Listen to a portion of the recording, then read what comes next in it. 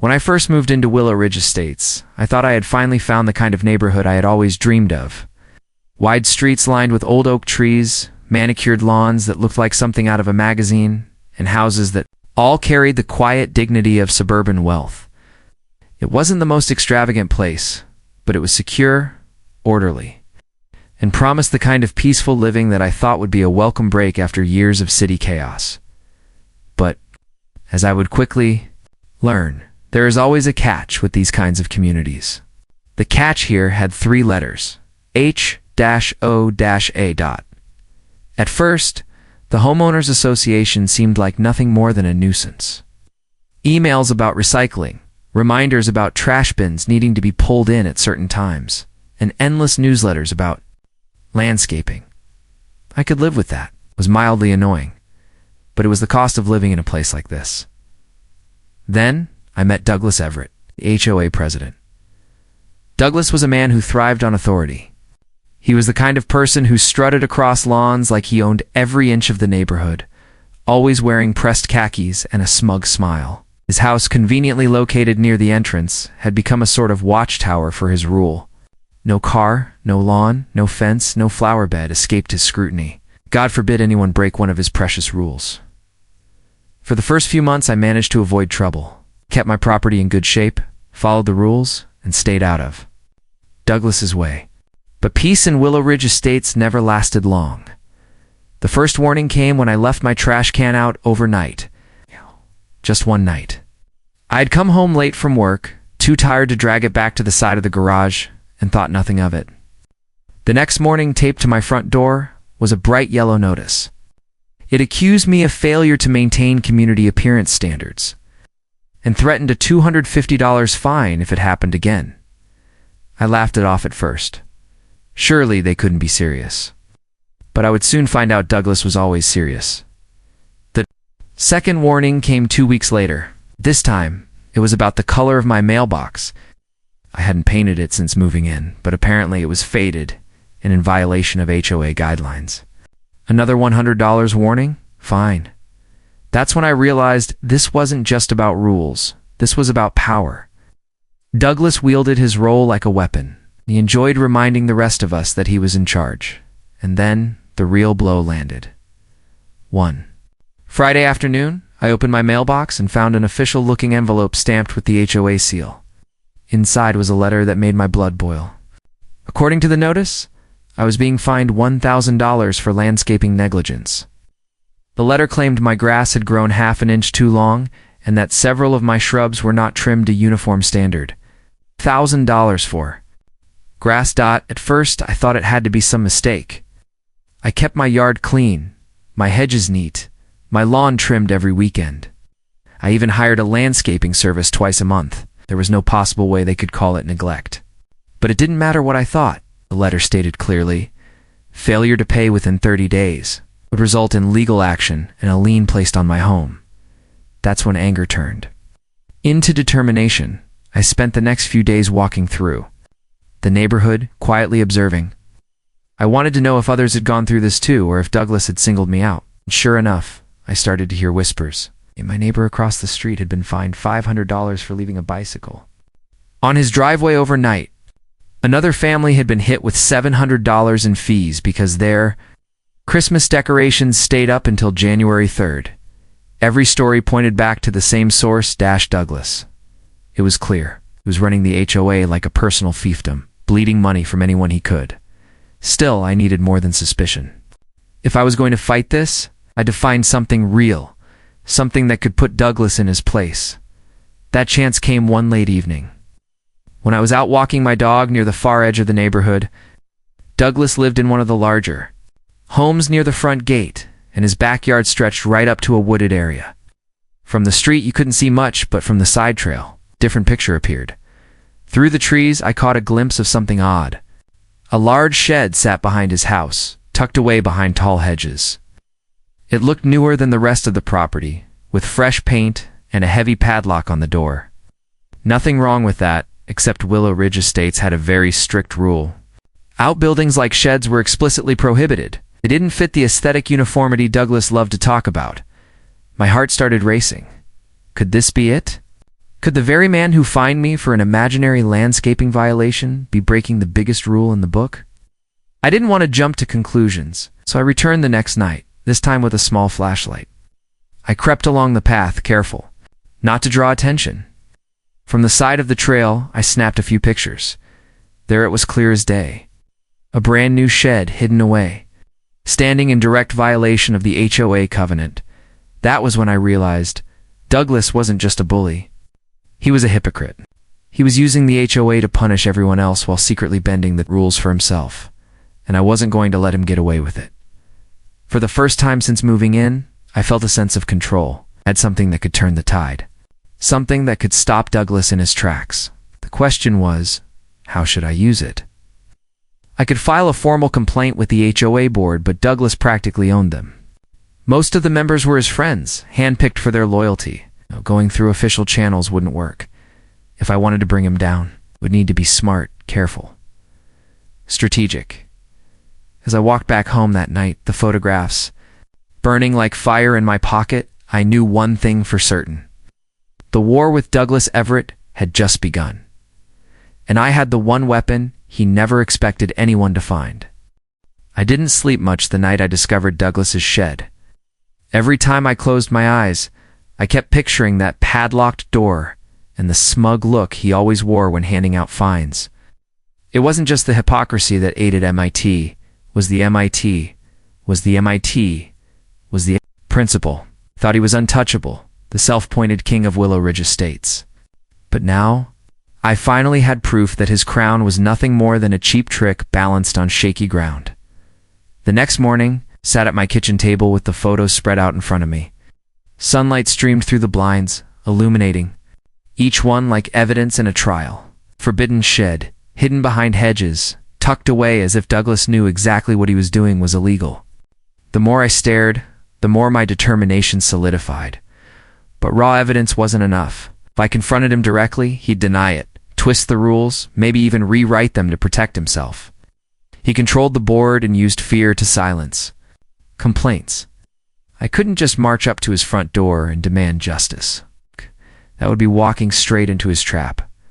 No, I needed a strategy. I decided to start by testing the waters quietly.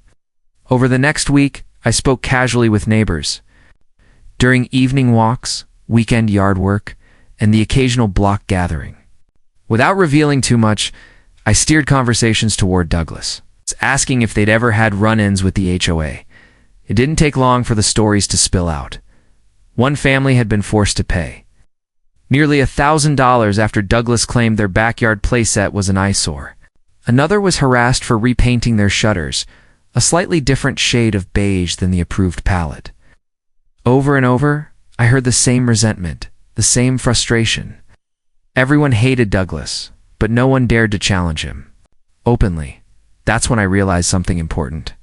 I wasn't alone. The entire neighborhood had been suffering under his reign.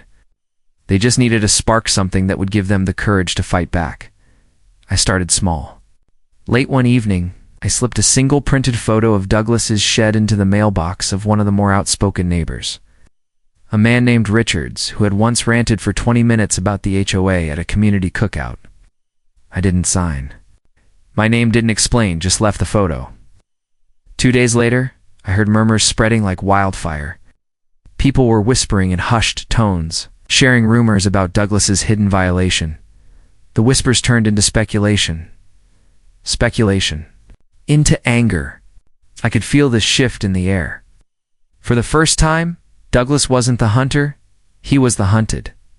Still, I stayed quiet, watching it unfold. I wanted to see how far the rumor would carry before stepping forward. And it carried far, indeed. Within a week, half the neighborhood knew something was wrong. Neighbors lingered longer on their walks past Douglas's house, their eyes scanning the hedges, their expressions tightening with suspicion. Then came the first crack in his armor. At the next HOA board meeting, which Douglas always ran with iron precision, someone finally spoke up. A timid woman named Linda raised her hand and asked, almost innocently, if backyard sheds were allowed. Douglas, caught off guard, quickly dismissed the question, claiming sheds were strictly prohibited. Hiss. Tone was sharp, final, as if daring anyone to press further. But the seed was planted. A ripple of murmurs passed through the room, and I saw the tension building in the crowd. That night, I knew it was time to move from whispers to proof. I carefully printed multiple copies of the photos I had taken, clear, undeniable shots of. Douglas's Shadand sealed them in plain envelopes.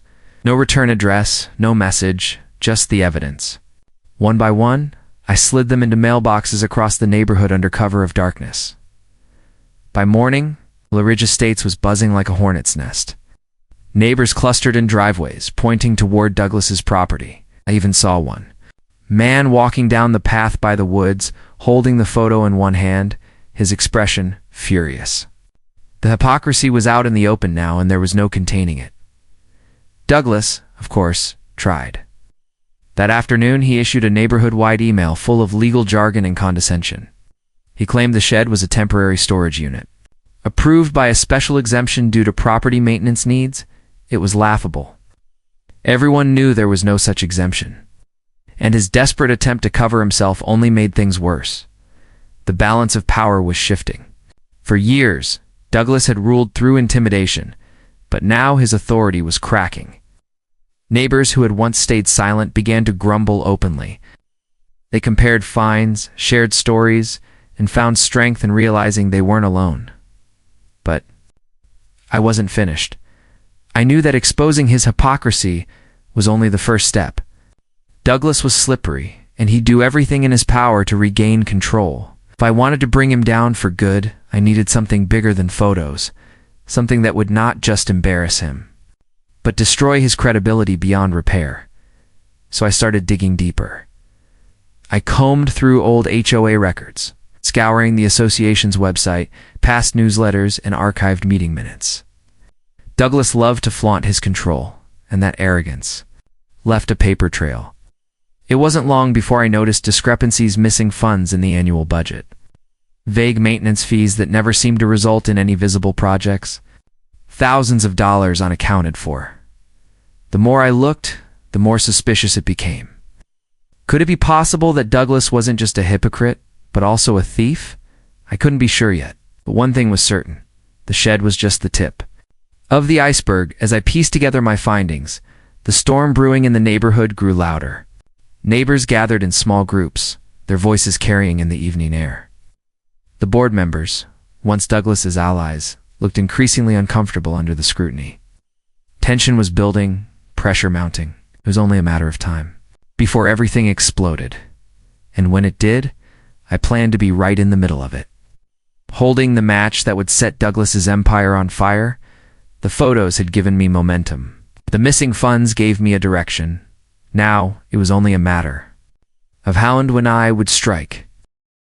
The shed had lit the spark, but the whispers of missing money were the fuel. By now, Douglas wasn't just facing skepticism about his hypocrisy. He was standing on the edge of a full-blown rebellion. I was determined to push him over. The financial records weren't easy to track down. Douglas had kept them close, and most homeowners never bothered to look beyond the annual newsletters he sent out. Each one filled with vague statements about community projects and maintenance costs. But buried in the HOA's online portal was a trail of numbers. Dry spreadsheets that few people ever read. I read them all, and what I found was damning year after year. Thousands of dollars had been siphoned away into miscellaneous expenses. Landscaping costs that never matched the size of the neighborhood. Maintenance fees for equipment no one had ever seen. In some years, as much as $15,000 disappeared without explanation. It wasn't proof of outright theft. Not yet, but it was enough to raise serious questions. And questions were all I needed. I printed copies of the most suspicious records and added them to the growing collection of evidence on my desk. The shed had exposed Douglas's hypocrisy. These records hinted at something even darker: corruption. The neighborhood was already restless, and I could feel the unease thick in the air. Every time Douglas's name came up, people rolled their eyes, shook their heads, or lowered their voices in anger. But anger without direction was dangerous. It could fizzle out. I needed to channel it, so I began laying the groundwork. Quietly, I started talking to key neighbors. the ones everyone else respected. Retirees who'd lived here for years, families, with kids who knew every face on the block. I shared small pieces of what I'd found, not everything, just enough to fan the flames. I mentioned the missing funds, hinted that Douglas might not be as clean as he pretended, and then, when I knew they were hooked, I let slip about the shed. Their reactions were explosive. The hypocrisy was bad enough, but the possibility of financial mismanagement was something else entirely. People who had once been too afraid to challenge Douglas now found their outrage boiling over. It wasn't just about fines anymore, it was about betrayal.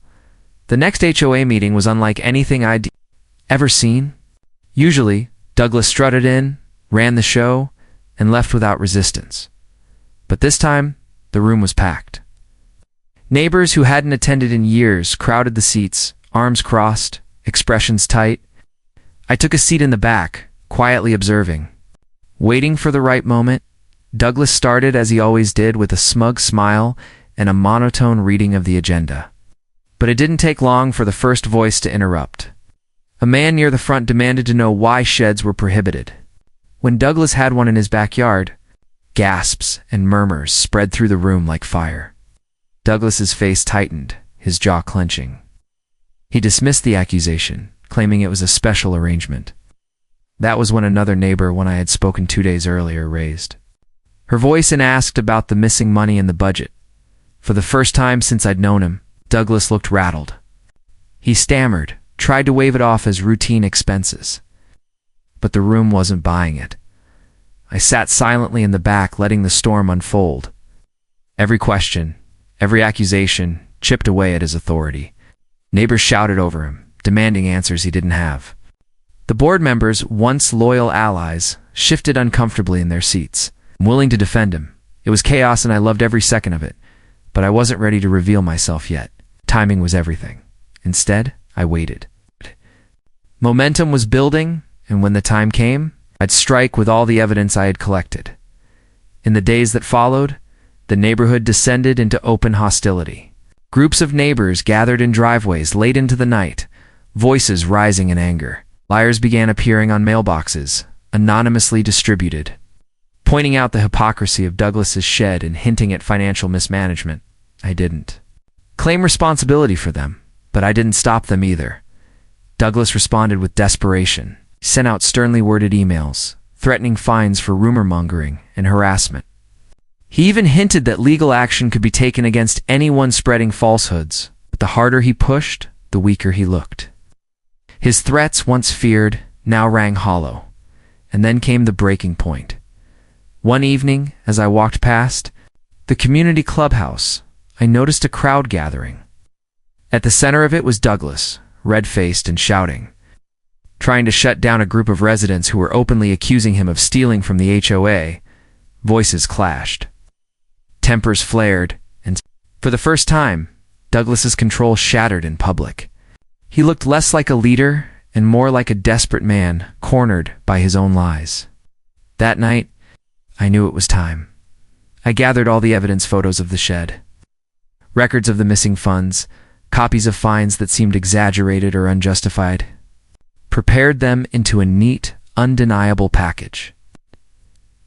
The morning after the packets went out, Willow Ridge Estates was unrecognizable. It had once been a tidy, obedient neighborhood had transformed into a battlefield. The neatly trimmed lawns and freshly painted fences now framed clusters of angry homeowners, standing in driveways with copies of my evidence clutched in their hands. For years, Douglas had controlled the neighborhood through intimidation, threatening fines, liens, and legal action. But now, his own words, his own rules, and his own hypocrisy had been turned against him. He could no longer find his way out of this. I watched from my front porch as small groups merged into larger ones, voices rising in outrage. One by one, neighbors made their way toward the clubhouse, the unofficial seat of Douglas's rule. By the afternoon, nearly half the neighborhood had gathered there, forming a restless crowd. It was no longer quiet speculation or whispered rumor, it was a full-on uprising, and Douglas had no choice but to face it. He arrived in his usual pressed khakis and collared shirt, but the confidence he once radiated was gone. His smile was forced, his shoulders tight. He walked into the crowd like a general entering a mutiny. The questions started immediately. Shouted demands for answers about the shed. Screamed accusations about the missing funds. People waved the packets in the air, thrusting the proof toward him like weapons. For every excuse Douglas offered, 10 voices shouted him down. His special exemption for the shed was called a lie. Its maintenance expenses were ridiculed as theft. The board members, sensing the tide had turned, sat in silence, unwilling to defend him anymore. For the first time, Douglas was alone. I stayed near the back of the crowd, listening, watching. I didn't need to step forward. Evidence was already doing my work for me. The neighbors who had once feared Douglas now stood united against him. He couldn't find them all. He couldn't silence them all. His kingdom was crumbling before his eyes. The breaking point came when one of the retirees, an old man named Gerald, who had lived here longer than anyone, stood up and demanded Douglas's resign. His voice wasn't angry, but steady, full of authority earned over decades. The crowd erupted in agreement, their voices a tidal wave of pressure that Douglas could not withstand. I'll never forget the look on Douglas's face. His lips parted, as if to argue, but no words came. His eyes darted from the crowd to the board members, searching for support that wasn't there. Finally, shoulders slumped. He muttered something about ungrateful residents and stormed off, shoving through the crowd toward his car. The king had fallen. The neighborhood didn't celebrate immediately. The anger was still raw, the wound still fresh. But as the evening set in, relief began to take hold. Groups of neighbors lingered in the fading light, talking not about Douglas's rules but about what came next. Next. They spoke of electing a new board, rewriting unfair policies, and making sure no one ever had that much unchecked power again. For the first time since I had moved here, Willow Ridge Estates felt like a community, not a prison. A week later, an emergency election was held. The turnout was massive, with homeowners who hadn't attended a meeting in years suddenly eager to cast their vote. Douglas's name was absent from the ballot, his resignation made official. A new president was elected, someone level-headed, someone trusted. And in that moment, the shadow that had hung over our neighborhood finally lifted.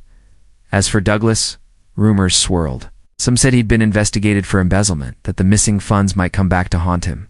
Others claimed he'd sold his house quietly, unable to endure the humiliation of living among the people who had dethroned him. I didn't know what was true, and frankly, I didn't care. What mattered was that he was gone. I still remember the day I received the letter clearing my so-called $1,000 fine. It arrived in the same HOA envelope that had once brought me nothing but anger. But this time the words inside carried victory.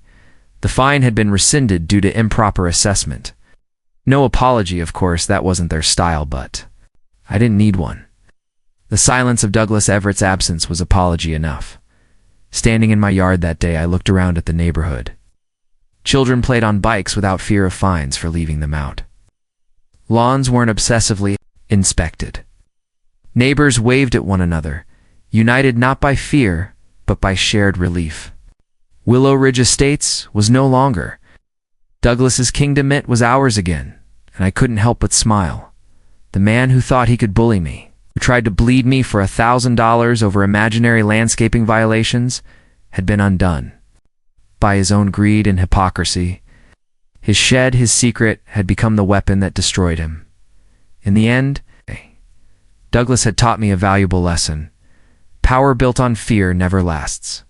It only takes one person to shine a light on the cracks, and once the light gets in, the whole facade crumbles. And as I watched the sunset that evening, I realized something else. Sometimes the best revenge isn't paying back every fine or every insult. Sometimes the best revenge is watching the tyrant fall, knowing you held the match that lit the fire. In Douglas, he burned spectacularly.